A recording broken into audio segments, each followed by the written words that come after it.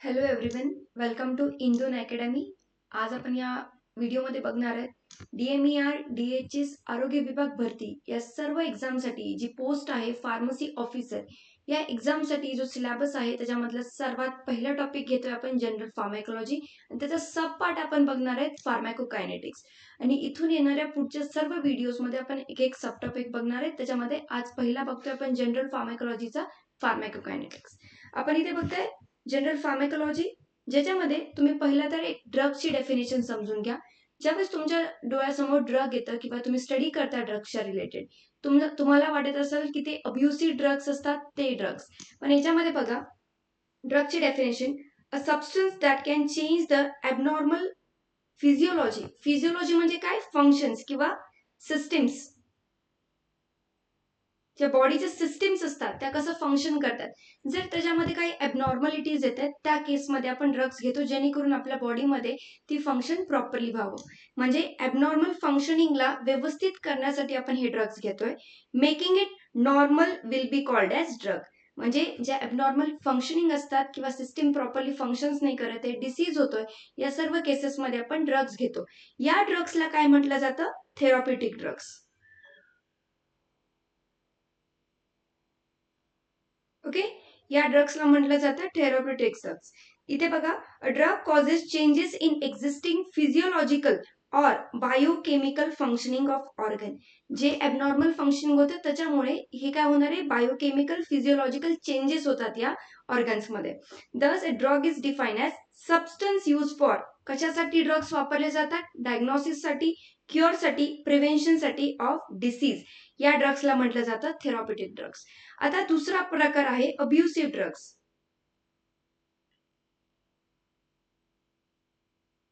Okay, ज्याच्यासाठी हे अब्युसिव्ह drugs वापरले जातात ते सिडेटिव्ह फंक्शनिंगसाठी एका नॉर्मल स्टेट ऑफ माइंडमध्ये किंवा काम स्टेट ऑफ माइंडमध्ये जे ड्रग्स वापरले जातात त्यांना म्हटलं जातं अब्युसिव्ह ड्रग्स. म्हणजे ड्रग्सचे कोणते प्रकार आहेत? एकतर थेरॉप्युटिक ड्रग्स आणि याला दुसरं नाव काय? फार्मास्युटिकल ड्रग्स पण म्हटलं जातं. फार्मास्युटिकल ड्रग्स जे आपण फार्मसी सेंटर्समध्ये बघतो, ज्याचा वापर आपण कशासाठी? Prevention of disease, cure of disease आणि नॉर्मल फंक्शनिंगसाठी ऑफ फिजिओलॉजी, यासाठी आपण हे ड्रग्स वापरतोय. नेक्स्ट बघा, जर तुम्हाला फार्मॅकोलॉजी, आता एक्झॅक्टली फार्मॅकोलॉजी काय आहे? आपण जनरल फार्मॅकोलॉजी जो आपण टॉपिक स्टडी करतोय त्याच्यामध्ये फार्मॅकोलॉजी काय आहे? इथे बघा, define as a science of drug. Okay, जो हा ग्रीक वर्ड आहे फार्मॅकॉन, म्हणजेच काय? ड्रग किंवा पॉइझन. हा काही ग्रीक वर्ड पासून डिराईव्ह केलेला नाव आहे. तर याच्यामध्ये एमसीक्यू येऊ शकतो. What is pharmacology? ओके, त्या केसमध्ये तुम्हाला माहिती पाहिजे it is a science of drug. इथे आपण काही प्रकारामध्ये एमसीक्यूज पण बघूयात की कसे एमसीक्यूज विचारले जातात. तर pharmacology is study of drugs किंवा सायन्स ऑफ ड्रग्स, इन्क्लुडिंग याच्यामध्ये काय काय आहे? Origin, composition, pharmacokinetics, therapeutic use आणि टॉक्सिकोलॉजी. ओके, या सर्व गोष्टी आपण याच्यामध्ये बघतो. Crucially, pharmacology is not just about how drug heals you. आता याच्यामध्ये बघा, जो आपण लेटर सब्जेक्टमध्ये बघणार आहे किंवा लेटर पार्टमध्ये बघणार आहे, व्हॉट इज फार्मॅकोडायनॅमिक. फार्मॅकोडायनॅमिकमध्ये तुम्हाला हे स्टडी करायचे की तो ड्रग आपल्या बॉडीमध्ये कसा इम्पॅक्ट करणार आहे. याच्यामध्ये दोन गोष्टी बघतो, एक तर थेरॉप्युटिक इम्पॅक्ट आणि दुसरा असतो एक ॲडव्हर्स ड्रग रिॲक्शन. ओके, तुम्हाला जर एखादा ड्रग घेताय तुम्ही, तर त्याचा फक्त पॉझिटिव्ह इम्पॅक्ट नाही पडत आपल्या बॉडीवरती, म्हणजे तो डिसीज क्युअर करण्यासाठी.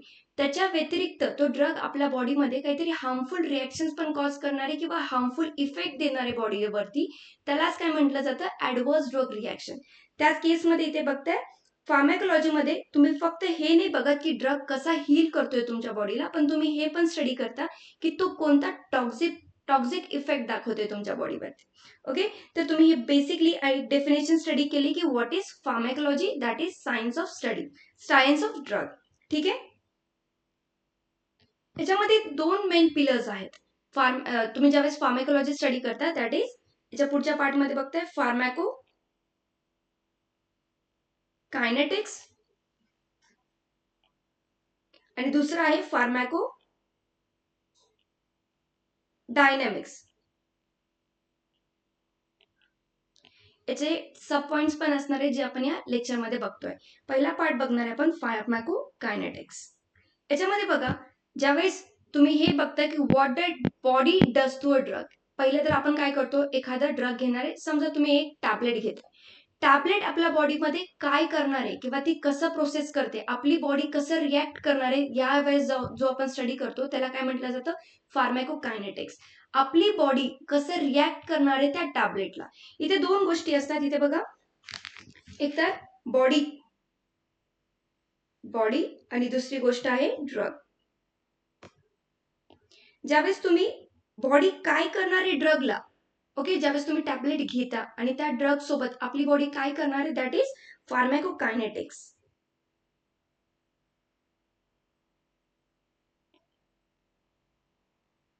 ओके, बॉडी त्या ड्रग सोबत काय करणार आहे आपल्या बॉडीमध्ये, दॅट इज फार्मॅकोकायनेटिक्स.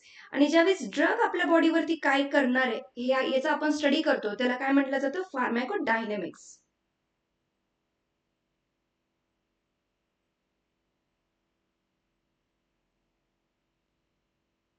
ओके, या दोन्ही गोष्टी तुम्हाला एकदम व्यवस्थित स्टडी करायचे. याच्यानंतर यांच्या अंडर काही सब पॉइंट्स येतात, डिरेक्टली एक्झाम्सला विचारू शकतात की ॲब्झॉर्प्शन, डिस्ट्रीब्युशन, मेटाबॉलिझम आणि excretion are the parts of what. तर तुम्हाला इथे माहिती पाहिजे की ते कशाचा पार्ट आहे. तर या डेफिनेशन्स पण तुम्हाला एक्झॅक्टली क्लिअर माहिती पाहिजे की बॉडी त्या ड्रग सोबत काय करणार आहे, बॉडी कसं रिॲक्ट करणार आहे ड्रग सोबत, त्यावेळेस तुम्ही काय म्हणता, दॅट इज स्टडी ऑफ फार्मॅकोकायनेटिक्स. आणि ज्यावेळेस ड्रग तुमच्या बॉडीवरती काय करणार आहे, दॅट इज फार्मॅकोडायनॅमिक्स. या दोन्ही गोष्टींचा डिफरन्स तुम्हाला व्यवस्थित समजला पाहिजे. पुढे बघा, what the body does to a drug, it is the pharmacokinetics. त्याच्यामध्ये काही सब पॉइंट्स आहेत, दॅट इज ॲब्झॉर्प्शन. एकदा टॅबलेट घेतल्यानंतर हे इम्पॉर्टंट आहे की ती टॅबलेट पहिली डिझॉल्व्ह झाली पाहिजे, राईट. त्याच्यानंतरच ते बघितलं जातं की ती कशा प्रकारे तुमच्या बॉडीमध्ये ॲब्झॉर्ब होतीये. म्हणून पहिलं स्टडी केलं जातं ॲब्झॉर्प्शन. नंतर बघताय ॲब्झॉर्ब झाल्यानंतर ती प्रत्येक बॉडी पार्टला डिस्ट्रीब्यूट झाली पाहिजे, म्हणजे where the drug goes into the body. पहिलं GI ट्रॅक नंतर ती स्टमकमध्ये जाणार, तिथे प्रॉपरली ती डिझॉल्व्ह होणार. डिझॉल्व्ह झाल्यानंतर ती प्रत्येक ऑर्गन्स पर्यंत पोहोचवली जाते, that is distribution, right. Metabolism, how the body breaks the drug down. तुम्ही पुढच्या पार्टमध्ये बघणार आहे की मेटाबॉलिझम एक्झॅक्टली होतं कसं, कोणतं ऑर्गन इन्व्हॉल्ड आहे. इथे लिहिलंय लिव्हर. ओके, लिव्हर इन्व्हॉल्ड असतो मेटाबॉलिझम ऑफ ड्रग मध्ये. त्यानंतर बघताय एक्सक्रिशन. एकदा ती बॉडीमध्ये ॲब्झॉर्ब झाली आहे, डिस्ट्रीब्यूट पण झाली वेगवेगळ्या ऑर्गन्सला, त्याचं मेटाबॉलिझम झालंय. आता त्या जेवढ्या प्रमाणामध्ये तुम्ही टॅबलेट घेतली त्या प्रमाणामध्ये ती एक्सक्रीट पण झाली पाहिजे बॉडीतून. हा एक्सक्रिशनचा पण पार्ट तेवढाच इम्पॉर्टंट आहे. जर एक्सक्रिशन झालं नाही आणि बॉडीमध्येच ते जर सॅच्युरेट होत गेलं तर काय होऊ शकतं, टॉक्झिसिटी होऊ शकते. जी तुम्ही एक वृद्ध लोकांमध्ये बघू शकता. जर त्यांची बॉडीमध्ये त्यांचं किडनी फंक्शन नाही करत आहे प्रॉपरली, लिव्हर फंक्शन नाही करत आहे आणि जर त्यांना हायर डोसेसमध्ये दिलं तर बॉडीवर त्या त्यांच्या म्हणजे एक एक्स्ट्रीम रिॲक्शन्स दिसतात, जस्ट बिकॉज त्यांचं या बॉडीचं फंक्शनिंग चांगलं नाही, म्हणजे त्या टॅबलेटचं मेटाबॉलिझम होणार नाही. आणि जर किडनी प्रॉपर फंक्शनिंग नसेल करत तर जे बॉडीचे एक्सक्रिशन मध्ये हेल्प करते, दॅट इज किडनी. आणि जर त्याचं फंक्शनिंग नसेल तर ह्या काही प्रमाणामध्ये ड्रग काय होणार आहे, सॅच्युरेट होणार आहे. सॅच्युरेशन,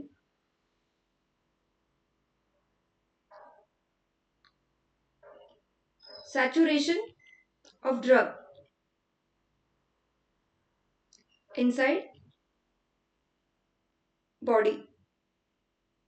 आणि याच्यामुळे काय होणार आहे, टॉक्झिसिटी. ओके, हे बघितलंय तुम्ही. कोणते 4 पार्ट्स आहेत एकदा रिवाइज करा. ॲब्झॉर्प्शन, डिस्ट्रीब्युशन, मेटाबॉलिझम आणि एक्सक्रिशन, यालाच काय म्हटलं जातं, ADME. ओके, आणि हा इम्पॉर्टंट पार्ट कशाच्या अंडर आपण स्टडी करतो, फार्मॅकोकायनेटिक्स. ओके, तुम्हाला याच्यावरती MCQs आपण ज्यावेळेस सॉल्व्ह करू त्यावेळेस मी हे क्वेश्चन ऍड करणार आहे, त्याच्यामध्ये PYQs पण ऍड करणार आहे याच्या रिलेटेड. तर तुम्हाला माहिती पाहिजे की व्हॉट इज फार्मॅकोकायनेटिक्स, आणि फार्मॅकोकायनेटिक्स मध्ये या 4 गोष्टी आपण स्टडी करतो. पुढे बघा, व्हॉट इज फार्मॅकोडायनॅमिक्स. ज्या पद्धतीने आपण बघितलं की आपल्या बॉडीमध्ये त्या टॅबलेटचं काय होणार आहे, त्याचं एकतर ॲब्झॉर्प्शन होईल, डिस्ट्रीब्युशन होईल, एक्सक्रिशन होईल, मेटाबॉलिझम होईल आणि मग एक्सक्रिशन होईल. त्याच केसमध्ये तर बघा, ज्या पद्धतीने आपण बघितलं फार्मॅकोकायनेटिक्स, आता फार्मॅकोडायनॅमिक्स काय, बॉडी कसे रिॲक्ट करते ते फार्मॅकोकायनेटिक्स मध्ये. आणि डायनॅमिक म्हणजे आता ड्रग आपल्या बॉडीवरती कसा इम्पॅक्ट टाकणार आहे हे बघा. एकतर असणार आहे थेराप्युटिक इफेक्ट आणि दुसरा काय असणार आहे, ॲडव्हर्स ड्रग रिॲक्शन.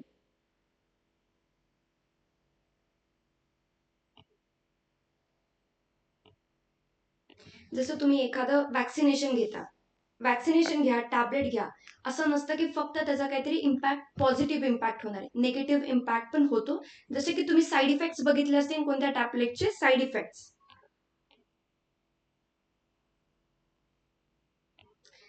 बऱ्याचशा केसेसमध्ये नॉशिया, वॉमिटिंग, हेडेक किंवा ड्राउझिनेस या सर्व गोष्टी काय असतात, साईड इफेक्ट, ज्यांना तुम्ही ऍडव्हर्स ड्रग रिएक्शन्स मध्ये बघताय किंवा साईड इफेक्ट्स मध्ये बघताय. ज्यावेळेस तुम्ही हा स्टडी करता की एखाद्या टॅबलेटचा काय इम्पॅक्ट पडतोय बॉडीवरती, दॅट इज अंडर फार्मॅकोडायनॅमिक्स.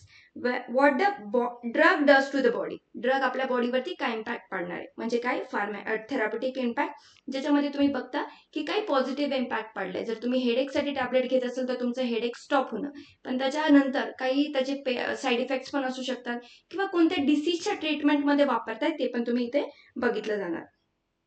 याच्यामध्ये काय होणार आहे, it explores how a drug binds to a receptor. ड्रगनी पहिला जो रिसेप्टर प्रेझेंट असतो कशावरती, सेलच्या मेम्ब्रेनवरती जे रिसेप्टर्स असतात त्याच्यावरती जाऊन या ड्रगनी बाइंड केलं पाहिजे. हा पूर्ण स्टडी आपण कशामध्ये करतो, फार्मॅकोडायनॅमिक्स.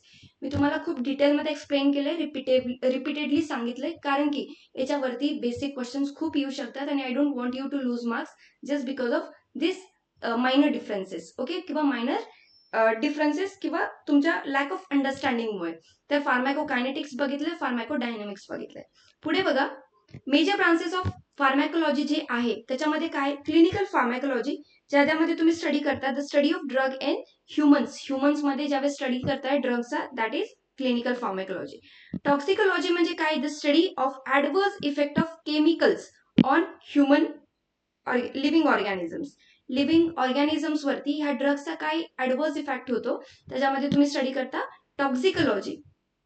नंतर आहे फार्मॅकोथेरॉपिटिक्स, याच्यामध्ये बघताय the use of drugs to prevent, treat और diagnose disease, that is pharmacotherapeutics. तुम्हाला फक्त डेफिनेशन्स माहिती पाहिजे, वेगवेगळ्या स्टडीज कोणत्या आहेत आणि याचे डेफिनेशन्स काय. मग फार्मॅकोग्नॉसी मध्ये काय स्टडी करता, the drug of medicines, the study of medicines derive from natural sources, जे नॅचरल सोर्सेस पासून डिराईव्ह होतात. आपण बघणार आहे की नंतर कोणते सिंथेटिक मेडिसिन्स आहे, कोणते नॅचरल सोर्सेस पासून ऑब्टेन केले जातात. ज्यावेळेस आपण तुम्ही नॅचरल सोर्सेस पासून जे ड्रग्स डिराईव्ह केले जातात याचा स्टडी करता, त्याला काय म्हटलं जातं, फार्मॅकोग्नॉसी. नंतर आहे सोलोलॉजी, द स्टडी ऑफ डोसेस, किती, कोणते डोसेस कोणत्या मोड ऑफ याच्यापासून दिले जातात, ऍडमिनिस्टर केले जातात, किती डोसेस असतात, हे सर्व कशामध्ये, सोलोलॉजी मध्ये स्टडी करतात. फार्मॅकोजेनेटिक्स मध्ये काय करता, how an individual genetic makeup affect their response to specific drug. Okay, हा काय, याच्यामध्ये अजून एक वर्ड आहे याला, तर तुम्हाला जर माहिती असेल तर तुम्ही नक्की सांगा की तुमचा जेनेटिक मेकॅनिझम हा कसा वेगवेगळा इम्पॅक्ट दाखवतो टुवर्ड्स द मेडिसिन्स. ओके, हा कशामध्ये स्टडी करणार आहे, फार्मॅकोजेनेटिक्स मध्ये. हे फक्त मेजर ब्रांचेस कोणत्या कोणत्या आहेत आणि त्याच्या रिलेटेड कोणत्या फोकस एरियावरती करतात. याच्यावरती एखादा एमसीक्यूज बनू शकतो की दिस स्टडी. आता याच्यामध्ये बघा, फार्मॅकोग्नॉसी मध्ये the science which deals with the study of natural drug sources that relates to what. मग तुम्हाला माहिती पाहिजे फार्मॅकोग्नॉसी. नंतर आपण जो इम्पॉर्टंट टॉपिक आहे आजचा, फार्मॅकोकायनेटिक्स आपण स्टडी करतोय, ज्याच्यामध्ये आपण तुम्ही बेसिकली पाहिलंय की फार्मॅकोकायनेटिक्स आहे काय, what the body does to a drug, कळालं. त्यानंतर त्याच्यामध्ये आपण जे सब टॉपिक्स बघणार आहे, ऍब्झॉर्प्शन, डिस्ट्रीब्युशन, मेटाबॉलिझम आणि एक्सक्रिशन, हे चारही पार्ट्स आपण आज पाहणार आहोत. ओके, मेटाबॉलिझम लिव्हर मध्ये आणि एक्सक्रिशन म्हणजे जे प्रोडक्ट्स आपल्या बॉडीच्या बाहेर टाकायचे ते कसं करणार आहे, किडनी थ्रू फिल्टर आउट होतात आणि मग ते बॉडीच्या बाहेर फेकले जातात. मग आपण याच्यामध्ये किडनीचा पण रोल पाहणार आहोत. आता पहिला जो टॉपिक आपण लास्ट स्लाइड मध्ये पाहिला होता, ऍब्झॉर्प्शन, आपण आता टॉपिक वाईज जाणार आहोत. First is absorption. ऍब्झॉर्प्शन मध्ये बघा, आफ्टर ऍडमिनिस्ट्रेशन, एकदा जर तुम्ही ड्रग घेतलाय, the drug must enter the blood stream. Blood stream मध्ये जोपर्यंत जात नाही तोपर्यंत तो वेगवेगळ्या ऑर्गन पर्यंत जाणार नाही, आणि जर तो पोहोचलाच नाही तर तुम्हाला तो थेरॉप्युटिक इम्पॅक्ट आहे तो दिसणार नाही किंवा फार्मास्युटिकल इम्पॅक्ट दिसणार नाही. त्यासाठी जो तुम्ही ड्रग घेताय त्याला काय होणं गरजेचं आहे, ब्लड स्ट्रीम मध्ये एंटर करणं गरजेचं आहे. Okay, any drug has to enter into blood stream. For that, to reach the target tissue, target organ म्हणा, त्यासाठी ब्लड स्ट्रीम मध्ये त्याला एंटर करणं गरजेचं आहे. Only a fraction of administered dose is effectively absorbed. The study of absorption processes and governing factors is essential. या केसमध्ये जे फॅक्टर्स आहेत ॲब्झॉर्प्शनसाठी हे कन्सिडर करणं while making a medicine is very important.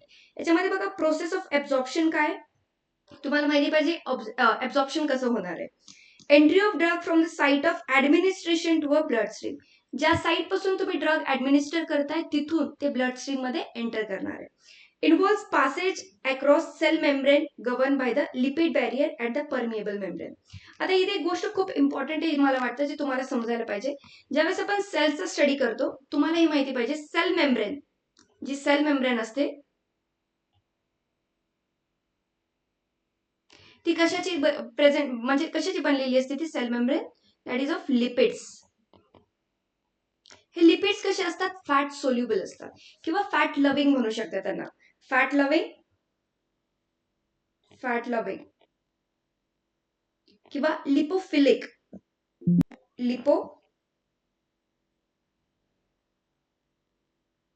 जर एखाद्या ड्रगला त्या सेलच्या आतमध्ये टिश्यूच्या आतमध्ये एंटर करायचंय त्यासाठी हे नेसेसरी आहे की कोणताही ड्रग असायला पाहिजे जो आहे त्याला काही प्रमाणामध्ये लिपोफिलिक असणं गरजेचं नाही तर तो एंटर करणार नाही. ज्यावेळेस तुम्ही पूर्ण हायड्रोफिलिक ड्रग्स आतमध्ये टाकता किंवा इनटेक करता तर ते सेलच्या आतमध्ये जाऊ शकत नाही. त्या केसमध्ये इथे काय absorption processes and governing factors essential कोणते आहेत बघा इथे. Entry of drugs from site of administration to a blood stream पर्यंत पोहोचण्यासाठी पहिल्या त्या ड्रगला पहिल्या टिश्यूज मध्ये एंटर करायला हवं जे कसे असणार आहेत लिपिड आणि लिपिड बॅरियर ऍक्ट करू शकतात परमिएबल मेम्ब्रेनला. Now drugs does not appear in the blood they must cross semi permeable cell membranes. म्हणून ऍज इट इज ड्रग्स काय करत नाहीत ऍज इट इज ते ब्लड फ्लो मध्ये येत नाहीत पण तुम्हाला इथे गरजेचं माहिती असणं की त्यांना पहिलं लिपिड ज्या मेम्ब्रेन्स आहेत त्याच्या थ्रू पास व्हायला लागतं आणि काही प्रमाणामध्ये त्यांना लिपोफिलिक एंड्स असणं गरजेचं आहे. आता इथे बघा कोणत्या वेजनी हे ड्रग्स काय करणार आहेत मेम्ब्रेनच्या आतमध्ये एंटर करणार आहेत. पहिलं बघताय सिंपल डिफ्युजन ज्यालाच म्हटलं जातं पॅसिव्ह डिफ्युजन. तुम्ही खूप वेळेस ऐकलं असेल molecules enters from higher concentration to lower concentration. म्हणजे हे बरोबर आहे कारण की याच्यामध्ये काहीच एनर्जी नाही लागत. जिथं जास्त कॉन्सन्ट्रेशन आहे तिथून फक्त कुठे जाते ते लोअर कॉन्सन्ट्रेशन कडे. म्हणजे इथे एनर्जी रिक्वायर्ड नाही काही एटीपीचा यूज नाही होत म्हणजे नॉर्मल प्रोसेस होतीये. तेच कशामध्ये पाहता तुम्ही सिंपल डिफ्युजन मध्ये आणि दॅट इज पॅसिव्ह डिफ्युजन. म्हणजे द मोस्ट कॉमन रूट आहे हा पॅसिव्ह डिफ्युजनचा आणि drug moves from higher concentration towards the lower concentration म्हणजे सिंपल आणि this is the most common route. No energy is required कारण की हा काय टुवर्ड्स द जो एक असतो ग्रॅडियंट असतो त्याच्याप्रमाणे होते म्हणजे हायर कॉन्सन्ट्रेशन कडून ते लोअर कॉन्सन्ट्रेशन कडे जाते. म्हणजे lipophilic fat soluble drugs excel here because they melt right through the lipid bilayer. जर लिपोफिलिक एंड्स असतील त्याला ते एकदम नॉर्मली क्रॉस करतात सेल मेम्ब्रेनला आणि ते लोअर कॉन्सन्ट्रेशन मध्ये जातात. तर तुम्ही दुसऱ्या स्लाइड्स मध्ये बघताय cell membrane is not actively involved कारण की काय एक त्याच्यामध्ये पॅसिव्ह डिफ्युजन होत आहे आणि एवढे एंड रिक्वायर्ड नसतात कारण की ते कसं आहे टुवर्ड्स द ग्रॅडियंट जो ग्रॅडियंट आहे from higher concentration towards the lower concentration इथे होत आहे. आणि कसं आहे बाय डिरेक्शनल आहे म्हणजे काय होऊ शकतं आतमध्ये पण जाऊ शकतात मॉलिक्युल्स आणि बाहेरच्या साईडला पण मॉलिक्युल्स एंटर करू शकतात. The rate of transfer is proportional to the concentration gradient. जेवढं कॉन्सन्ट्रेशन ग्रेडियंट आहे तेवढ्या प्रमाणामध्ये त्यांची स्पीड असणार आहे किंवा त्यांची मुवमेंट असणार आहे across the cell membrane. Now next is drug molecules penetrate membranes by passage through the aqueous pores in the membrane. जे aqueous pores आहेत मेम्ब्रेन्स मध्ये ओके मेम्ब्रेन्स मध्ये जे aqueous pores असतात त्याच्या थ्रू हे आत बाहेर करणार आहेत मॉलिक्युल्स आणि ते काय सिंपल डिफ्युजन किंवा पॅसिव्ह डिफ्युजन. मग lipid soluble drugs diffuses quickly across the membrane. Lipid soluble का बरं कारण की तुम्हाला माहिती सेल मेम्ब्रेन तुम्हाला लक्षात ठेवायचं याच्यामध्ये की लिपिड सोल्युबल असायला पाहिजे दॅट इज लिपोफिलिक असणं गरजेचं आहे कारण की सेलच्या आतमध्ये जायचंय बाहेर जायचंय म्हणून लिपिड सोल्युबल असायला पाहिजे. Versus water soluble drugs water सोल्युबल्सला जास्त प्रॉब्लेम येतो कारण की जे सेल मेम्ब्रेन्स आहेत ते कसे फॅट सोल्युबल्स आहेत आणि फक्त त्यांच्याकडे हायड्रोफिलिक एंड्स असून चालत नाही. त्यांना काही प्रमाणामध्ये पण हायड्रोफिलिक रिक्वायर्ड आहे जे तुम्ही एक्सक्रेशनच्या याच्यामध्ये बघणार आहे. पूर्णपणे जर ते लिपोफिलिक असतील तर त्यांना एक्सक्रेशनच्या वेळेस प्रॉब्लेम येतो म्हणून त्यांना काही एंड्स मध्ये हायड्रोफिलिक असणं गरजेचं आहे. Non ionized forms of drug that is lipid soluble, cell membranes more permeable to non ionize drugs. Okay, हे बघून घ्या. याच्यामध्ये बघताय एक्झाम्पल्स काय आहेत. Alcohol, urea easily absorb by simple diffusion. कोणते एक्झाम्पल्स आहेत सिंपल डिफ्युजन साठी, इझिली एब्झॉर्ब साठी? Alcohol and urea. ह्या दोन्ही गोष्टी समजून घ्या. समजलं इथपर्यंत? नेक्स्ट पार्ट मध्ये बघा active transport process. Active transport मध्ये बघा जे तुम्ही सिंपल डिफ्युजन म्हणजे पाहिलंय ते काय होतं, टुवर्ड्स जे काही नॉर्मल ग्रेडियंट आहे म्हणजे higher concentration to lower concentration. पण इथे ऍक्टिव्ह ट्रान्सपोर्ट मध्ये किंवा काय बघताय तुम्ही, जो आहे तो जो लोअर कॉन्सन्ट्रेशन पासून काय हायर कॉन्सन्ट्रेशन कडे जात आहे. म्हणजे काय, against the gradient molecules lower concentration कडून हायर कॉन्सन्ट्रेशन कडे जात आहेत. त्यावेळेस त्यांना काय गरजेचं असणार आहे, एनर्जी गरजेची आहे. आणि त्याच केसमध्ये त्यांना एटीपी जास्त लागणार आहेत. मग स्पेशलाइज प्रोसेस रिक्वायरिंग एनर्जी. का बरं एनर्जी लागते मी तुम्हाला सांगितलं, कारण की ते अगेन्स्ट ग्रेडियंट जात आहे म्हणजे लोअर कॉन्सन्ट्रेशन कडून ते हायर कडे जात आहे म्हणून त्यांना एनर्जी लागते. Independent of physical properties of membrane. ते मेम्ब्रेनच्या प्रॉपर्टीजच्या अगेन्स्ट. तुम्ही जर हे बघितलं नॉर्मल सिंपल डिफ्युजन, ते जसं मेम्ब्रेन थ्रू जात होते म्हणजे lipid soluble membrane through pass व्हायला त्यांना लिपोफिलिक असायला पाहिजे होतं. पण इथे हे काय इंडिपेंडेंट, ती लिपिड सोल्युबल असू, तो मॉलिक्युल स्वतः लिपिड सोल्युबल असू किंवा नसू, ते काय होणार आहे, मुवमेंट होणार आहे आणि त्यासाठीच एनर्जी लागणार आहे. Molecules move from lower concentration to the higher concentration. Okay, now आता याच्यासाठी काही मॉलिक्युल्स लागतात, काही प्रोटीन्स लागतात जे काय करणारे, हेल्प करणारे त्यांना मुवमेंटसाठी. Carrier molecules combines with drug सोबत ते अटॅच होतात आणि त्यांना हेल्प करतात. The complex diffuses through the membrane, dissociate आणि कॅरियर रिटर्न्स. कॅरियर जो पास हेल्प करणारे त्याला तुम्ही फॅसिलिटेड प्रोटीन्स पण म्हणता, जे काय करतात, एका ड्रगला त्या प्रोटीन्सला बाइंड केलं जातात. ते ड्रग्स पहिले त्या प्रोटीनला बाइंड करतात. तो काय करणार आहे, परत त्याची मुवमेंट, तो प्रोटीन त्याच्या, ही जर सेल मेम्ब्रेन असेल तर हा प्रोटीन काय करणार आहे, या मॉलिक्युलला आतमध्ये एंटर करणार आहे आणि हा परत त्याच्या ओरिजिनल प्लेसला येणार आहे. म्हणजे हे फक्त जे फॅसिलिटेटिव्ह प्रोटीन्स असतात ते काय करतात, हेल्प करतात ड्रग्सला एका बाहेरच्या साईडून आतल्या साईडला मुवमेंट करायला. मग more rapid than simple diffusion. Simple diffusion पेक्षा हे रॅपिड आहे. आणि आयन ट्रान्सपोर्ट कोणते आहे त्याच्यामध्ये, सोडियम आयन्स, पोटॅशियम आयन्स आणि अमायनो ऍसिड्स पण, ग्लुकोज, स्ट्रॉंग ऑर्गॅनिक ऍसिड्स पण हे काम करतात. नो पायनोसायटोसिस. आता हे काय तुम्हाला समजलं की ऍक्टिव्ह ट्रान्सपोर्ट काय आहे, पॅसिव्ह ट्रान्सपोर्ट काय. आता पायनोसायटोसिस साठी मी तुम्हाला एक डायग्राम दाखवते. इथे बघा, जरी एक सेल मेम्ब्रेन आहे, ही सेल मेम्ब्रेन आहे. ओके, याच्या बाहेरच्या साईडला काही कॉन्सन्ट्रेशन प्रेझेंट आहे किंवा काही मॉलिक्युल्स प्रेझेंट आहे, वॉटर मॉलिक्युल्स असतील, ड्रग्स असतील. तर या केसमध्ये ही मेम्ब्रेन काय करते, ही मेम्ब्रेन आहे. आता नेक्स्ट केसमध्ये ही मेम्ब्रेन आहे, ती काय होते, असं एक स्ट्रक्चर फॉर्म करते आणि हे मॉलिक्युल्स असं होणार आहे. नेक्स्ट स्टेजमध्ये ही मेम्ब्रेन अशी राहील आणि हा जो पूर्ण पार्ट आहे तो आतमधल्या साईडला एंटर करेल. जे तुम्ही फॅगोसायटोसिस प्रोसेस स्टडी केली, फॅगोसायटोसिस मध्ये काय करतात, जे आपले मायक्रोफॅजेस असतात ते बॅक्टेरियाजला एनगल्फ करतात कम्प्लिटली. म्हणजे त्यांच्याच मेम्ब्रेन त्या याला बाइंड करणारे मायक्रो ऑर्गॅनिझम्सला, बॅक्टेरियाजला, आणि त्याला आपल्या त्यांच्या आतमध्ये एनगल्फ करतात म्हणजे गिळून टाकतात. त्याच प्रकारामध्ये हे जे बाहेरच्या साईडला जे कॉन्सन्ट्रेशन प्रेझेंट होतं, ड्रग्सचं प्रेझेंट असेल, ॲक्वियस सोल्युशन असेल किंवा दुसरं कोणते प्रेझेंट असतील, ते काय करणारे, आतमध्ये येणारे, कशाच्या, सेल मेम्ब्रेनच्या आतमध्ये येणारे. त्यालाच काय म्हणतात, पायनोसायटोसिस. ओके, या प्रोसेसने पण ड्रग्सचं एब्झॉर्प्शन होतं. ओके, इथे बघा, important in unicellular organisms, that is amoeba. Now cell takes fluid or microsomes from its surrounding. बघितलं तर तुम्ही, ही पहिली मेम्ब्रेन होती, त्याच्या आउटर सरफेसमध्ये हे मॉलिक्युल्स प्रेझेंट होते आणि त्याच्यानंतर बघताय हे कसं स्ट्रक्चर फॉर्म करताय, inward structure inside the membrane. आणि त्यानंतर काय झालंय, completely molecules goes inside the cell membrane. समजलंय? हे तिन्ही वेज ऑफ ऍब्झॉर्प्शन पाहिलेत आपण, ज्याच्यामध्ये काय केलंय, एक तर सिंपल डिफ्युजन पाहिलंय, त्यानंतर पाहिलं आपण ऍक्टिव्ह ट्रान्सपोर्ट प्रोसेस, ज्याच्यामध्ये अगेन्स्ट द कॉन्सन्ट्रेशन ग्रेडियंट म्हणजे lower concentration towards the higher concentration ते जात होतं. आणि त्यानंतर पायनोसायटोसिस. मी तुम्हाला इथे प्रोसेस सांगितली, एकदा तुम्ही समजून घ्या इथे. नाव याच्यासाठी काही फॅक्टर्स असतात जे ऍब्झॉर्प्शनचा रेट कमी करतात. आता हे कोणते फॅक्टर्स आहे, फिजिकल स्टेट ऑफ ड्रग. याच्यामध्ये बघा, liquids are more absorb than solid medications. हे इम्पॉर्टंट आहे तुम्हाला समजायला, की कोणते फॅक्टर्स आहेत की ऍब्झॉर्प्शन रेट कमी करू शकतात, कधी वाढू शकतात, तर हे कोणते फॅक्टर्स आहेत हे लक्षात ठेवा, हे इम्पॉर्टंट आहे. याच्यावरती एमसीक्यूज खूप बनू शकतात, तुम्हाला हे फॅक्टर्स माहीत असणं गरजेचं आहे. तर आपल्या नोट्समध्ये आपण हे डिटेलमध्ये सर्व प्रोसेसेस किंवा सर्व फॅक्टर्स इन्क्लूड केलेले आहेत आणि याच नोट्स तुम्हाला मिळतील. ओके, जर या बॅचेसमध्ये जर तुम्हाला या नोट्स हवे असतील तर नोट्स मिळतील आणि त्याचबरोबर आपण एमसीक्यूज घेणार आहे. पण त्याआधी एमसीक्यूज सॉल्व्ह करण्याच्या आधी हे गरजेचं आहे तुम्हाला की या सर्व गोष्टी तुम्हाला समजल्या हव्या. ओके, तर फिजिकल स्टेटमध्ये बघा, लिक्विड मॉलिक्युल्स मध्ये जे तुम्ही ड्रग घेणार आहे ते कसं होणार आहे, जास्त प्रमाणामध्ये ऍब्झॉर्ब होतं रादर दॅन सॉलिड फॉर्म.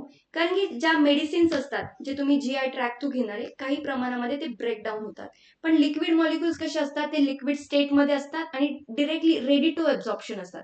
पण सॉलिड स्टेटला काय होईल, पहिला डिझॉल्व्ह व्हायला लागेल आणि मग absorption. This is time taking, म्हणून लिक्विड मॉलिक्युल्स काय होतात लवकर, मेडिसिन्स काय होतात लवकर ऍब्झॉर्ब होतात. The crystalloids are more readily absorb than the colloids, हे पण आहे. आणि aqueous solution are more readily absorb by the oily solution. Aqueous solutions म्हणजे काय, जे वॉटर सोल्युबल्स असतात ते लवकर हे होणारे ऍब्झॉर्ब होणारे rather than the oily solutions. या गोष्टी आपण रेफरन्स बुक्स मधूनच घेतलेल्या आहेत, not chat GPT, not anything. हे तुम्हाला प्रॉपरली हेल्प करेल एमसीक्यू सॉल्व्ह करायला. त्याआधी तुम्हाला प्रत्येक गोष्ट समजून घ्यायची, डाऊट्स असतील तर तुम्ही मला विचारू शकता आणि हे पॉइंट टू पॉइंट तुम्हाला समजलं पाहिजे. तर पार्टिकल साईज बघा, स्मॉलर पार्टिकल साईज जास्त ऍब्झॉर्ब होतात rather than the larger particle size. कारण की स्मॉलर पार्टिकल साईज, लार्जर हे surface area, better absorption from the gut मधून होणारे. आणि इथे दोन एक्झाम्पल दिले, क्लोराम्फेनिकॉल आणि ग्लिसिओफिल्बेन. हे दोन एक्झाम्पल आहे ज्यांची पार्टिकल साईज काय असते, कमी असते, त्यांची जी सरफेस एरिया आहे कशी ती जास्त आहे, त्याच्यामुळे काय होणार आहे, ऍब्झॉर्प्शन जास्त होणार आहे यांचा. म्हणून पार्टिकल साईज कसा इम्पॅक्ट करते ऍब्झॉर्प्शन मध्ये ते तुम्ही बघितलं. What about the concentration, higher concentration मध्ये ज्यावेळेस तुम्ही ड्रग देता ते तेवढं त्याच प्रमाणामध्ये ऍब्झॉर्ब होणार आहे rather than the lower concentration of a drug. ठीक आहे, ते बघितलं कॉन्सन्ट्रेशन मध्ये. Now dissolution rate, drug must be soluble for the absorption. मी तुम्हाला सांगितलं टॅबलेटमध्ये काय प्रॉब्लेम येतो, पहिल्या त्या ड्रगला डिझॉल्व्ह होणं गरजेचं आहे. ज्यावेळेस तुम्ही टॅबलेट घेता ती कशी असणार आहे, सॉलिड स्टेटमध्ये असणार आहे. त्यासाठी हे गरजेचं आहे की ती टॅबलेट पहिली बॉडीमध्ये डिझॉल्व्ह झाली पाहिजे आणि मग त्याचं ऍब्झॉर्प्शन होतं. ओके, म्हणून इथे काय दिले, drug must be soluble for absorption. Soluble झालं पाहिजे, ते डिझॉल्व्ह झालं पाहिजे. Rapid dissolution, rapid absorption. Okay, simple गोष्ट. तर तुम्हाला इथे विचारू शकतात, rapid dissolution creates what, rapid absorption, हे माहिती पाहिजे. नाउ ऍब्झॉर्बिंग सरफेसेस काय असणार आहे, जे सरफेस, कोणत्या सरफेसेस मध्ये ड्रग्स ऍब्झॉर्ब होतात हे तुम्हाला माहिती पाहिजे. ऍज कम्पेअर टू जीआय म्युकोसा आणि pulmonary endothelium skin is the poor, म्हणजे ज्या कंपॅरिझन मध्ये दोन गोष्टी, जीआय ट्रॅक किंवा एंडोथेलियम स्किन कशी आहे, poor surface for absorption, skin मध्ये जास्त ऍब्झॉर्प्शन होत नाही. तर या केसमध्ये तुम्हाला विचारलं जाऊ शकतं की कोणत्या केसमध्ये ऍब्झॉर्प्शन चांगलं आहे, स्किन का पल्मोनरी. तर pulmonary better than the skin, किंवा GI mucosa is better than the skin. The absorption of drug from the floor of mouth cavity. आता सबलिंग्वल आपण बघणार आहे की व्हॉट आर द वेज किंवा रूट्स ऑफ ड्रग ऍडमिनिस्ट्रेशन. त्या time मध्ये आपण डिटेलमध्ये बघणार आहे, पण सध्या तुम्ही इथे फक्त समजून घ्या की जे काय फ्लोर ऑफ माउथ आहे त्यांच्यामध्ये कसं होणार आहे, फास्टर होणार आहे ऍब्झॉर्प्शन. म्हणजे सबलिंग्वल वेने घ्या किंवा आयव्ही ने घ्या, पुढे सांगणार आहे मी तुम्हाला आयव्ही काय कॉज करतं. किंवा ज्यावेळेस सबलिंग्वल ड्रग्स घेता तुम्ही, जे फ्लोर ऑफ माउथच्या मध्ये ऍब्झॉर्प्शन होतात ते कसं असणार आहे, फास्टर असणार आहे. Small intestine, larger surface area than the stomach. Stomach पेक्षा जास्त कुठे होणार आहे ऍब्झॉर्प्शन त्यांचं, स्मॉलर इंटेस्टाईन मध्ये चांगलं ऍब्झॉर्प्शन होणार आहे. Now functional integrity of GIT increase peristalsis, reduces the time आणि डिक्रीज ऍब्झॉर्प्शन. याच्यामध्ये काय होणार आहे, डिक्रीज ऍब्झॉर्प्शन. ठीक आहे बघा, ठीक आहे, एवढं सुद्धा समजणं इम्पॉर्टंट आहे. Physical state of drug, particle size, concentration, dissolution rate, absorbing surfaces आणि functional integrity of GI type. Now lipid soluble, मी तुम्हाला हे खूप डिटेलमध्ये सांगितलंय का इम्पॉर्टंट आहे का ड्रगचं लिपिड सोल्युबल असणं. ओके, सेल मेम्ब्रेन्स आहेत, कशा आहेत, लिपिडच्या बनलेल्या आहेत. त्याच्यासाठी ड्रगला आतमध्ये एंटर करण्यासाठी त्यांना कसं असणं गरजेचं आहे, lipid soluble. Membranes to pass करायला त्यांना कसं असायला पाहिजे, लिपिड सोल्युबल असायला पाहिजे. मॉलिक्युलर वेट मध्ये बघताय तुम्ही, high molecular weight drug absorb intact, म्हणजे त्यांचा जास्त ऍब्झॉर्प्शन होतं, त्यांचा हाय मॉलिक्युलर वेट असायला पाहिजे. Make it alter by enzymatic action किंवा insulin breakdown in a gut. जर हाय मॉलिक्युलर वेट असेल त्यांचं ऍब्झॉर्प्शन कसं होणार आहे, रिड्यूस होणार आहे, कारण की काय, एन्झायमॅटिक ऍक्शनमुळे. Now decrease of isolation, ionization, ionize form कसा असणार आहे, जास्त असणार आहे कशामध्ये, अनआयोनाइज फॉर्म जास्त होणार आहे absorb rather than ionize form for absorption, more lipid soluble. आणि पीएच ऑफ ड्रग मध्ये बघितलं तुम्ही, पीएच ऑफ ड्रग मध्ये ऍसिडिक ड्रग जे असतात ते कुठे ऍब्झॉर्ब होणार आहे, इनसाइड द स्टमक. आणि दुसरे कोणते आहेत, basic drugs absorb from the small intestine. Salicylates आणि बार्बिट्युरेट्स हे कसे आहेत, ऍसिडिक ड्रग्स आहेत आणि स्टमक मध्ये ऍब्झॉर्प्शन होतं याचं. आणि दुसरे आहेत बेसिक ड्रग्स आणि यांचं ऍब्झॉर्प्शन कुठे होणार आहे, स्मॉल इंटेस्टाईन मध्ये. ओके, पेटिडाईन आणि इफिड्राईन हे दोन ड्रग्स आहेत जे कसे आहेत, बेसिक ड्रग्स. तर तुम्हाला हे माहिती पाहिजे क्वेश्चन याच्यावरती कसा फ्रेम केला जातो. Acidic drugs are absorbed in what, कोणत्या याच्यामध्ये ऍब्झॉर्प्शन होतं, basic drugs are absorb where. याच्यानंतर लिपिड सोल्युबिलिटी कशी असायला पाहिजे, जास्त असायला पाहिजे, लोअर असायला पाहिजे, for what, drugs to be enter into blood stream. समजलंय? आय होप तुम्हाला या गोष्टी क्लिअरली समजते, कारण की मी डिटेलमध्ये तुम्हाला एक्सप्लेन करून सांगतेय आणि याचा इम्पॉर्टन्स खूप आहे. तुम्ही एकदा जर थेरॉटिकल लेक्चर्स केले त्यानंतर तुम्हाला कळणार आहे की एमसीक्यूज मध्ये हे सॉल्व्ह करताना किती तुम्हाला फायदा होणार आहे. नाउ फर्स्ट पास मेटाबॉलिझम हे तुम्हाला समजायचं इथे बघा. नाउ बायो ट्रान्सफॉर्मेशन, आता मेटाबॉलिझम मध्ये मी तसंही तुम्हाला सांगणार आहे की व्हॉट इज बायो ट्रान्सफॉर्मेशन आणि काय होतं याच्यामध्ये. ज्यावेळेस जीआय ट्रॅक मध्ये ड्रग एंटर करून जो स्टमक मध्ये जाणार आहे, त्यानंतर लिव्हर मध्ये जाईल, तो लिव्हर काय करणार आहे, त्याचं मेटाबॉलिझम म्हणजे काही प्रमाणामध्ये त्याला बायो ट्रान्सफॉर्म करणार आहे, त्याला काही फ्रॅक्शन मध्ये काय करणार आहे, ब्रेकडाऊन करणार आहे. समजा तुम्ही 100% ऑफ ड्रग घेतलाय, तो कम्प्लिटली काय होणार नाहीये, बॉडीमध्ये एंटर करणार नाहीये. म्हणजे समजा त्याचा 70% त्याचा एंटर करतोय, म्हणजे जो रिमेनिंग पार्ट आहे तो काय होतोय, ब्रेकडाऊन होतोय, बायो ट्रान्सफॉर्म होतोय बाय द लिव्हर. याचं डेफिनेशन बघा, what is first pass metabolism, biotransformation during absorption through intestine आणि liver. Now significantly reduce percent of oral dose reaching systemic circulation. Drugs काय, प्रोरामप्रोपोल आणि क्लोरामपेनामायझाईन. ओके, या दोन ड्रग्स आहेत ज्याच्यामध्ये तुम्हाला स्टडी केलं जातं की what is first pass mechanism. काही प्रमाणामध्ये जो लिव्हर आहे त्याला या ड्रग्सला काय करणार आहे, ब्रेकडाऊन करणार आहे, ज्याच्यामुळे काय होणार आहे, ड्रग कमी पर्सेंटेज मध्ये तुमच्या सिस्टमिक सर्क्युलेशन मध्ये एंटर करेल. म्हणून फर्स्ट पास मेकॅनिझम तुम्हाला एकदम प्रॉपरली समजून घ्यायचंय, जो तुम्हाला एमसीक्यूज मध्ये मिळेल.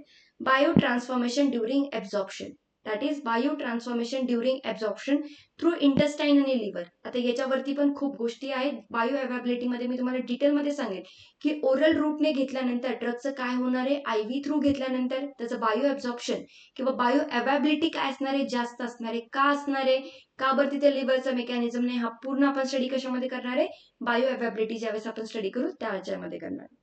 तर इथे तुम्हाला फक्त फर्स्ट पास मेकॅनिझम स्टडी करायचं. इथे बघा, bio availability of drug. After administration into various parts, drug must enter the blood stream. Drug काय झालं, ब्लड स्ट्रीम मध्ये एंटर करायला हवं, जेणेकरून तो पूर्ण बॉडीच्या पार्ट्स मध्ये एंटर करेल किंवा बॉडीच्या ऑर्गन्स मध्ये एंटर करणार आहे. The total administered dose does not all reaches the site of action. का बरं, मी तुम्हाला आत्ताच सांगितलं लास्टच्या स्लाइड मध्ये, इथे फर्स्ट पास मेकॅनिझम आहे ज्याच्यामध्ये काय होणार आहे, लिव्हर मेटाबोलाइज करणार आहे, ज्याच्यामुळे काय होत आहे, 100% कॉन्सन्ट्रेशन मध्ये जरी तुम्ही ड्रग घेतला असेल ते किती एंटर करणार आहे, 70%. Okay, that is first pass mechanism जो लिव्हरमुळे होतोय. म्हणजे लिव्हर कडून जर तुम्ही ओरली ड्रग घेताय तर लिव्हर काय करेल, त्याला कमी करेल, ब्रेकडाऊन करेल आणि फक्त 70% एंटर करेल. बायो अवेबिलिटी मध्ये बघा, टोटल अमाऊंट जेवढी काय करते ब्लड स्ट्रीम मध्ये येते त्या अमाऊंटला काय म्हटलं जातं, बायो अवेलेबल.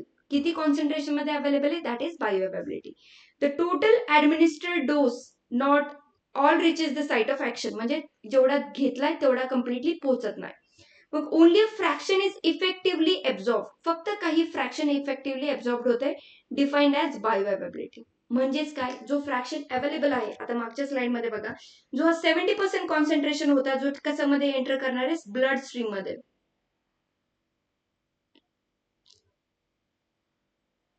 याला काय म्हटलं जातं, bio availability.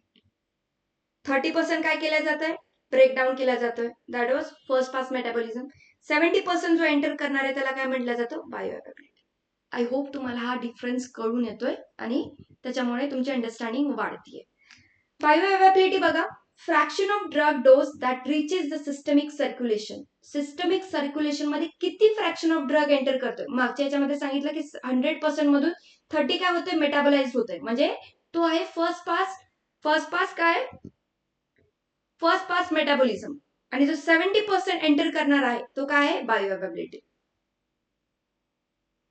Now, define as what amount or the percentage of drug absorbed from the administered dosage. जेवढा ऍडमिनिस्टर केलाय त्याच्यामधला किती फ्रॅक्शन किंवा किती डोस एंटर करतोय ब्लड स्ट्रीम मध्ये is the bioavailability. Reaching into systemic circulation म्हणजेच ब्लड सर्क्युलेशन किंवा blood stream. Okay. Now when a drug is administered intravenously, आता समजून घ्या हा डिफरन्स. मागच्या स्लाइड मध्ये सांगितलं मी तुम्हाला जीआय ट्रॅक थ्रू, एक मिनिट मला त्या स्लाइड वरती जाऊया. ठीक आहे, मी परत एकदा इथे तुम्हाला ड्रॉ करून दाखवते. जर तुम्ही घेताय, ओरली जर एखादा ड्रग घेताय म्हणजे तो काय होणार आहे, पहिले सिस्टमिक सर्क्युलेशन मध्ये जाण्याच्या आधी जीआय ट्रॅक मध्ये एंटर करणार आहे. जीआय ट्रॅक मधला लिव्हर काय करणार आहे, त्याला, हा लिव्हर आहे, त्याला काय करणार आहे, मेटाबोलाइज, काही प्रमाणामध्ये त्याला मेटाबोलाइज करणार आहे. आणि इंटेस्टाईन, ठीक आहे, एवढं समजून घ्या. ओरली ड्रग घेतल्यानंतर तो जीआय ट्रॅक थ्रू लिव्हर मध्ये काय होणार आहे, मेटाबोलाइज होणार आहे. मी तुम्हाला सांगितलं त्याच्यामधला काही पार्ट ब्रेकडाऊन होणार आहे आणि काहीच पार्ट फक्त सिस्टमिक सर्क्युलेशन मध्ये एंटर करणार आहे. म्हणजे इथे ऍट दी एंड किती, 70% एंटर करेल. आता आयव्ही काय आहे, इंट्राव्हेनसली इंजेक्शन तुम्ही सगळ्यांनी घेतलं. इंट्राव्हेनसली म्हणजे आयव्हीज, ज्याच्यामध्ये तुम्ही काय करणार आहे, डिरेक्टली इंजेक्शन थ्रू ब्लड मध्ये,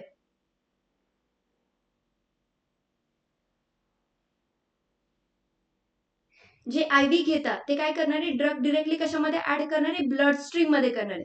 म्हणजे इथे जो प्रोसेस होता फर्स्ट पास मेटाबॉलिझमचा किंवा जे काही ब्रेकडाऊन होतं बाय द लिव्हर, ते सगळं होणार नाही. आणि याच्यामुळे कम्प्लिटली 100% ऑफ ड्रग कसं होईल, बायो अवेबिलिटी होईल. म्हणजे बॉडीमध्ये ब्लड स्ट्रीम मध्ये किती प्रेझेंट असणार आहे, 100%. आणि इथे बघा, जर मी तुम्हाला सांगितलंय 100 mg ची टॅबलेट घेतली आहे त्याच्यामध्ये फक्त 75 mg ऍब्झॉर्ब होते, म्हणजे अवेबिलिटी किती आहे, 75. मागच्या स्लाइडमध्ये सेम मी एक्झाम्पल तुम्हाला 100%चं घेतलेलं सांगितलं होतं आणि 70% ही बायो अवेलेबल होतीये. म्हणजे बायो अवेबिलिटी इथे किती आहे, 75%. का बरं कमी आली ती, कारण की ओरली जर तुम्ही ड्रग घेताय ते जीआय ट्रॅक मधून जर गेलं तर काय होईल, लिव्हर पर्यंत पोहोचणार आहे आणि लिव्हर काय करणार आहे, त्याला मेटाबोलाइज करणार आहे. This is a normal process happening while taking a tablet orally. आणि जर ती तुम्ही आयव्ही थ्रू घेताय तर काय होणार आहे, डिरेक्टली ती ब्लड स्ट्रीम मध्ये येणार आहे आणि ती किती कॉन्सन्ट्रेशन मध्ये प्रेझेंट असणार आहे, 100% अवेलेबल. म्हणजे जर क्वेश्चन हमखास हा येतो की बायो अवेबिलिटी कोणाची सगळ्यात जास्त कोणाची आहे, 100% बायो अवेबिलिटी कोणाची असणार आहे, आयव्हीची. आणि मी का आहे ते तुम्हाला एकदम व्यवस्थित सांगितले. तर तुम्हाला हे कळालं नसेल तर परत एकदा थोडंसं रिफाईंड करा आणि ते बघा, कारण की ही अंडरस्टँडिंग असणं खूप जास्त गरजेचं आहे. आणि ही जर बेसिक जर तुम्हाला नॉलेज असेल, बेसिक कॉन्सेप्ट जर तुमचे क्लिअर असतील तरच तुम्हाला काय होणार आहे, हेल्प होणार आहे फॉर क्लिअरिंग दिस एक्झाम. आणि I want you all to clear this exam. त्याआधी तुम्हाला बेसिक कॉन्सेप्ट क्लिअर करणं गरजेचं आहे आणि आपण इथे पुरेपूर प्रयत्न करतोय की तुमचे बेसिक कॉन्सेप्ट क्लिअर व्हावेत. ओके, नेक्स्ट स्लाइड्स मध्ये बघा, बायो अवेबिलिटी काय आलंय, कोणाच्या केसमध्ये जास्त असणार आहे, आयव्हीचा. का बरं, कारण की ते लिव्हर थ्रू जाणार नाही. आणि स्टमक ज्यावेळेस जीआय थ्रू किंवा ओरल तुम्ही ड्रग घेताय त्यामध्ये लिव्हर काय करणार आहे, ब्रेकडाऊन करणार आहे, काही मेटाबॉलिझम करणार आहे. म्हणून कम्प्लीट फ्रॅक्शन हे ब्लड स्ट्रीम मध्ये एंटर करत नाही, काही प्रमाणामध्ये कमी करतात. जो कमी प्रमाणात होणार आहे म्हणजे जे मेटाबोलाइज होत आहे त्याला काय म्हटलं जातं, फर्स्ट पास मेटाबॉलिझम. आणि जेवढं लास्ट कॉन्सन्ट्रेशन जो फ्रॅक्शन ऍब्झॉर्ब केलं जातं इनसाइड द ब्लड स्ट्रीम त्याला म्हटलं जातं बायो अवेबिलिटी. नाउ जे मी तुम्हाला सांगितलं आतापर्यंत ओरली काय होतंय ते फक्त याच्यामध्ये नोट केलेलं आहे की ओरल बायोअवेबिलिटी लोअर का आहे, कारण की जीआय थ्रू जाणार आहे, म्हणजे ते पार्शियल मेटाबॉलिझम होणार आहे हिपॅटिक सेल्स किंवा लिव्हर सेल्सनी. ओके, त्यालाच म्हटलं जातं हिपॅटिकनी. Liver is also known as hepatic organ. आणि त्याच्यामध्ये काय होणार आहे, मेटाबॉलिझम होणार आहे आणि कमी होणार आहे. फर्स्ट पास्ट इफेक्ट म्हणजे काय, reduction in the bioavailability. I hope तुम्हाला कळतंय, कारण की मी याच्यामध्ये काही सोडलं नाही जे तुम्हाला नाही कळणार. मी पुरेपूर प्रयत्न करते की तुम्हाला प्रत्येक डिटेल समजायला हवी आणि याच्यामुळे तुम्हाला पूर्ण फायदा व्हावा. म्हणून तुम्हाला कळालं असेल बायो अवेबिलिटी काय आहे, ओरल मध्ये का बरं ती कमी असणार आहे आणि इंट्राव्हेनस मध्ये का बरं ती जास्त असणार आहे. Now factors affecting bio availability मध्ये बघा, physical state of a drug. Liquid state मध्ये सेम जे मी तुम्हाला हे जे फॅक्टर्स आहेत ते सेम फॅक्टर्स कशामधले, ऍब्झॉर्प्शनचे सर्व फॅक्टर्स आपण इथे स्टडी करणार आहे. That is physical state liquid state मध्ये जर जास्त असेल तो ड्रग, तर ऍब्झॉर्प्शन कसं असणार आहे, सॉलिड पेक्षा जास्त लिक्विड स्टेट मध्ये असणार आहे. नाउ क्रिस्टलॉइड्स का बरं ऍब्झॉर्ब होणार आहे कोलॉइड्स पेक्षा, ऍक्वियस जास्त ऍब्झॉर्ब होतात रादर दॅन द ऑइली. हे आपण बघितले, पार्टिकल साईजच्या रिलेटेड पण बघितले. हे जर तुम्हाला हे पूर्ण जे फॅक्टर्स स्टडी करायचे असतील तर सेम फॅक्टर्स तुम्हाला कशाचे स्टडी करायचे, ऍब्झॉर्प्शनचे फॅक्टर्स इथे कळायला हवे. तर आय होप तुम्हाला बायोअवेबिलिटी कळाली. मी नेक्स्ट पार्ट घेते याच्यामध्ये. सेम हा पार्ट तुम्ही याच्या बघू शकता. That is factors affecting the absorption rate, that is same related to bioavailability. तर बायो इक्विव्हॅलन्स, इथे तुम्हाला हे समजणं गरजेचं आहे. बायो इक्विव्हॅलन्स म्हणजे काय, Wien the bio availability of drugs from different formulation is the same. दोन ड्रग्स आहेत, समजा एक ड्रग आहे फेंटानिल आणि दुसरा आहे, फॉर एक्झाम्पल घेतीये मी इथे यांचं फेंटानिल आणि इथे paracetamol, this is fentanyl. Sigmoid curve दाखवतात हे तुम्हाला माहिती आहे. तर या कॉन्सन्ट्रेशन मध्ये यांची बायो अवेबिलिटी कशी सेम आहे, सेम बायो अवेबिलिटी. दोन ड्रग्स आहेत पण सेम बायो अवेबिलिटी दाखवत आहे, म्हणजे त्यांचा फर्स्ट पास मेकॅनिझम पण सेम आहे आणि किती फ्रॅक्शन मध्ये ते ब्लड मध्ये एंटर करणार आहे हे पण सेम आहे. तर याला काय म्हटलं जातं, बायो इक्विव्हॅलन्स. म्हणजे दोन वेगवेगळे ड्रग पण एकच बायो अवेबिलिटी दाखवत आहेत, याला काय म्हटलं जातं, बायो इक्विव्हॅलन्स. पण याच्यामध्ये दोन गोष्टी येतात, पोटेन्सी आणि इफिकॅसी, जे आम्ही तुम्हाला नेक्स्ट लेक्चर मध्ये सांगणार आहे की जे तुम्हाला समजणं खूप जास्त. काही ड्रग्स असतात जे फक्त 0.1 mg मध्येच काय दाखवतात, बायो अवेबिलिटी दाखवतात, म्हणजे कमीच कॉन्सन्ट्रेशन मध्ये तो जो थेरॉपेटिक इम्पॅक्ट आहे तो दाखवतात. म्हणजे यांची पोटेन्सी कशी आहे, पोटेन्सी इज द हायेस्ट, हाय. जर त्याच केसमध्ये एखाद्या ड्रगला सेम इम्पॅक्ट दाखवायला, म्हणजे जो हा 0.1 mg दाखवतोय त्याच ड्रगला जर 100 mg कॉन्सन्ट्रेशन लागत असेल, तो सेम इम्पॅक्ट दाखवायला त्याला काय म्हटलं जातं, लो पोटेन्सी. ओके, इथे दोन ड्रग बघितलेत आपण, का बायो इक्विव्हॅलन्स म्हटलं जातं, त्यांची पोटेन्सी कशावरनं बघितलं जातं हे आपण इथे एक्सप्लेन केलेलं आहे. याच्या पुढच्या स्लाइड्स मध्ये किंवा इथल्या पुढच्या लेक्चर्स मध्ये आपण याला अजून डिटेलमध्ये कव्हर करणार आहे. फक्त इथे बायो इक्विव्हॅलन्स साठी जेवढा पार्ट इम्पॉर्टंट आहे तेवढा मी तुम्हाला इथे सांगितलं. पुढे बघताय डिस्ट्रीब्युशन ऑफ ड्रग. आता ऍब्झॉर्प्शन झालंय, आता बॉडीमध्ये ड्रग काय करणार आहे, डिस्ट्रीब्यूट करायचा आहे आपल्याला, म्हणजे स्प्रेड झाला पाहिजे तो थ्रू आउट द ऑर्गन. मग after absorption drug passes through body fluids किंवा कंपार्टमेंट्स मध्ये तो स्प्रेड होणार आहे. तर plasma, interstitial fluids, intracellular fluids, CSF आणि सेल्युलर फ्लुइड्स, हे बाकीचे सर्व नावं मेन्शन केले जे फ्लुइड्स आहेत ज्याच्यामध्ये डिस्ट्रीब्यूट व्हायचं या ड्रगला. मग some drugs diffuses through cell membranes, काही drugs cell membranes through diffuse होतात आणि some remain on a membrane, काही फक्त मेम्ब्रेन वरती राहतात.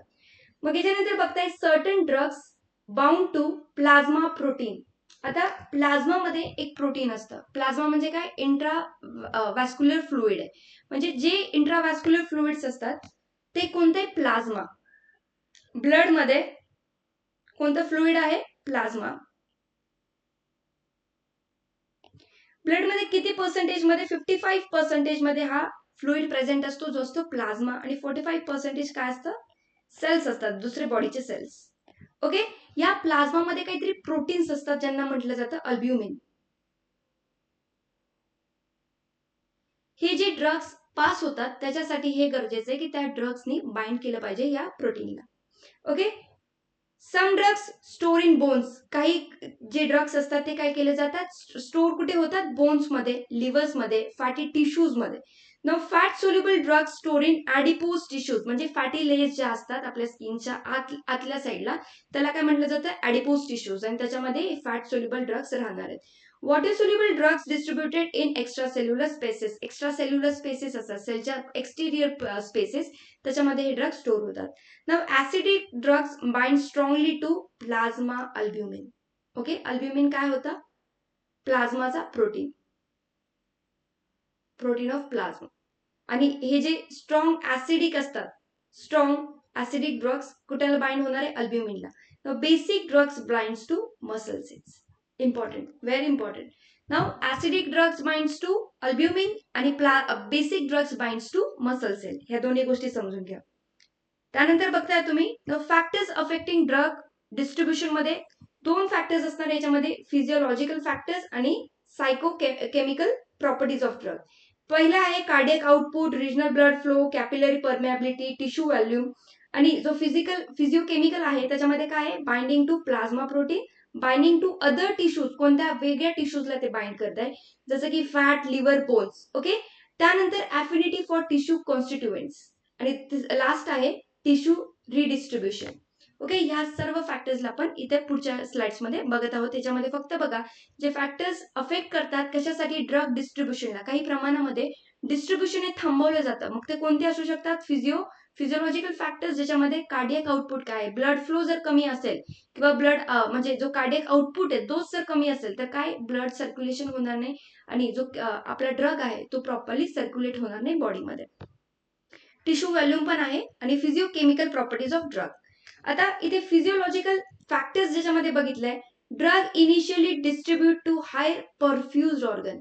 आता याच्यामध्ये बघा आपल्या बॉडीमध्ये ना काही circulation, systemic circulation highest concentration मध्ये कोणाकडे होणार आहे किंवा जास्त ब्लड फ्लो कोणाकडे होणार आहे, ब्लड फ्लो किडनीला होणार आहे, लिव्हरला होणार आहे, ब्रेनला होणार आहे. आता याच्यामुळे डिस्ट्रीब्युशन फॅक्टर्स काय आहेत, फिजिओकेमिकल फॅक्टर्स, म्हणजे इनिशियली डिस्ट्रीब्युटेड कोणाकडे पहिल्यात सर्वात जास्त जर हा ड्रग डिस्ट्रीब्यूट होणार आहे तो असणार आहे किडनी, लिव्हर, ब्रेनकडे.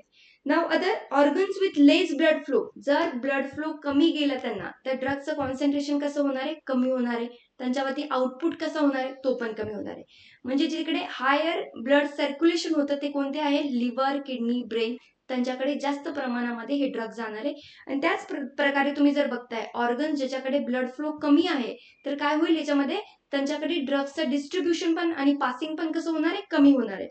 Now second phase of distribution मध्ये बघताय, टेक्स मिनिट्स टू आवर्स. आता जे फर्स्ट याच्यामध्ये बघितलं हायर परफ्यूज, ज्याच्यामध्ये लवकर पोहोचवलं जातं, आणि सेकंड फेज ऑफ डिस्ट्रीब्युशन मध्ये बघताय takes minutes to hours achieve equilibrium between tissues आणि ब्लड कॉन्सन्ट्रेशन. तर नेक्स्ट तुम्ही बघताय फिजिओकेमिकल प्रॉपर्टीज ऑफ ड्रग, ज्याच्यामध्ये बघताय diffusion of drug into tissue lipid occurs rapidly as the capillary endothelium is highly permeable. These blood tissues partitioning is highly dependent on binding drug to plasma, mainly albumin. याच्यामध्ये काय important आहे एकदा तुम्ही लक्षात ठेवा, जो अल्ब्युमिन काय आहे,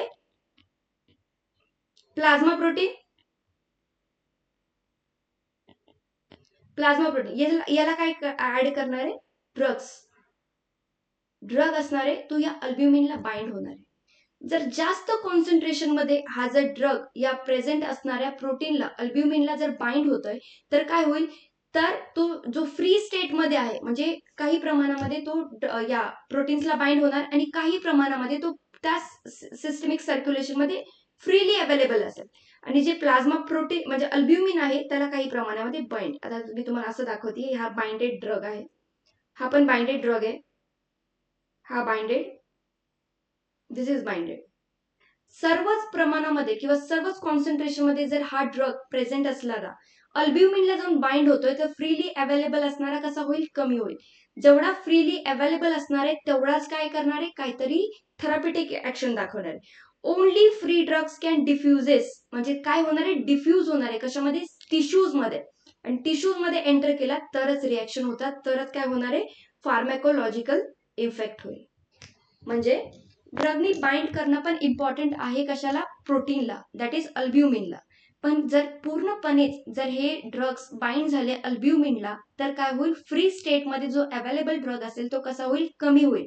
जर कमी होईल तर टिश्यूज मध्ये एंटरिंग पण कसं होईल, कमी होईल. इम्पॅक्ट पण कसा होईल, कमी होईल. ओके, आय होप तुम्हाला हे समजतं. एकदा परत एकदा रीड करा. Now the only free drugs can diffuse and produce pharmacological effect plasma bound drug as a reservoir.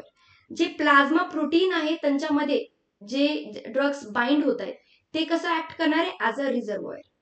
they will act as reservoir and the drugs which are present freely that will give pharmacological effect.